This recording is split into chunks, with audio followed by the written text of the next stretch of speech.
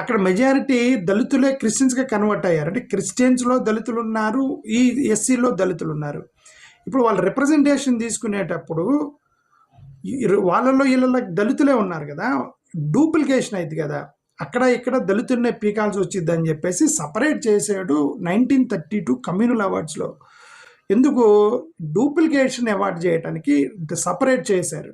క్రిస్టియన్స్ని దళిత్స్ని రెండు కాకుండా ప్యూర్గా క్రిస్టియన్స్ని ఒకవైపు దళితులను ఒకవైపు వేసేయండి, వీళ్ళ నుంచి ఒక గ్రూపు వీళ్ళ నుంచి ఒక రిప్రజెంటేటివ్స్ని తీసుకోండి అని చెప్పి సపరేట్ చేశారు. అది 1932లో జరిగింది.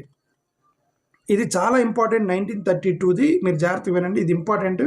దీన్ని కనెక్ట్ చేశారు అక్కడ 1950 షెడ్యూల్ క్యాస్ట్ ఆర్డర్ పారా 3కి. ఇది జాగ్రత్త గుర్తుపెట్టుకోండి. అది 1932లో this is a political division, not legal division. Political division చట్టం కాదు, ఏం కాదు, జస్ట్ పొలిటికల్ డివిజన్. అంటే ఒక పొలిటికల్ పార్టీ, ఏ వైఎస్ఆర్సీపీయో టీడీపీనో, వాళ్ళు రేపొద్దున ఎన్నికలకు వెళ్ళాలన్నప్పుడు వాళ్ళు రీజనల్ కోఆర్డినేటర్లు పెట్టుకుంటారు కదా రాయలసీమ ఏరియాకి, ఇట్లాగా అలాగా ఒక పొలిటికల్ డివిజన్ చేశారు తప్ప అది చట్టం కాదు. ఇది ఆ 1932 కమ్యూనల్ అవార్డ్స్ ఇచ్చినప్పుడు క్రిస్టియన్స్, ముస్లిమ్స్, దళితులను ఇరికిచ్చారు, దాంట్లో పొలిటికల్ డివిజన్ చేసుకున్నారు.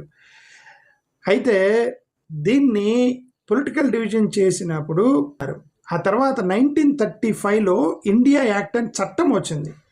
ఒక చట్టం తీసుకొచ్చారు, ఇది లీగలు, గుర్తుపెట్టుకుని, ఇది లీగలు చట్టం, ఇది యాక్ట్. ఇది బ్రిటిష్ వాడేసిన ఒక యాక్ట్, 1935 ఇండియా యాక్ట్.